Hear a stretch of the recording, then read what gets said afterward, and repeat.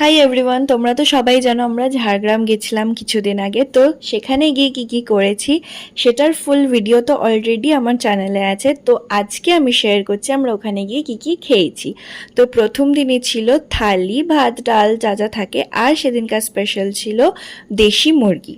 এই দিন রাত্রিরে ছিল থালি নর্মাল, আর ছিল হচ্ছে কচি পাঁঠার মাংস। কচি পাঁঠার মাংসটা দারুণ ছিল খেতে। পরের দিন সন্ধ্যাবেলা ছিল শাল পাতা চিকেন, যেটা এরকম কাঠের জালে বানানো হয়। তো আমরা সেটাই বসে বসে ওর বানানোটা দেখছিলাম, আর এটা ছিল ফাইনাল লুক শাল পাতা চিকেনের। এটা তো বেস্ট ছিল আমাদের হোল ট্রিপে। তারপরে আমরা আমাদের কালুভুলুকে খাওয়া দাওয়া খাইয়ে বেরিয়ে গেছিলাম ঝাড়গ্রামের দিকে।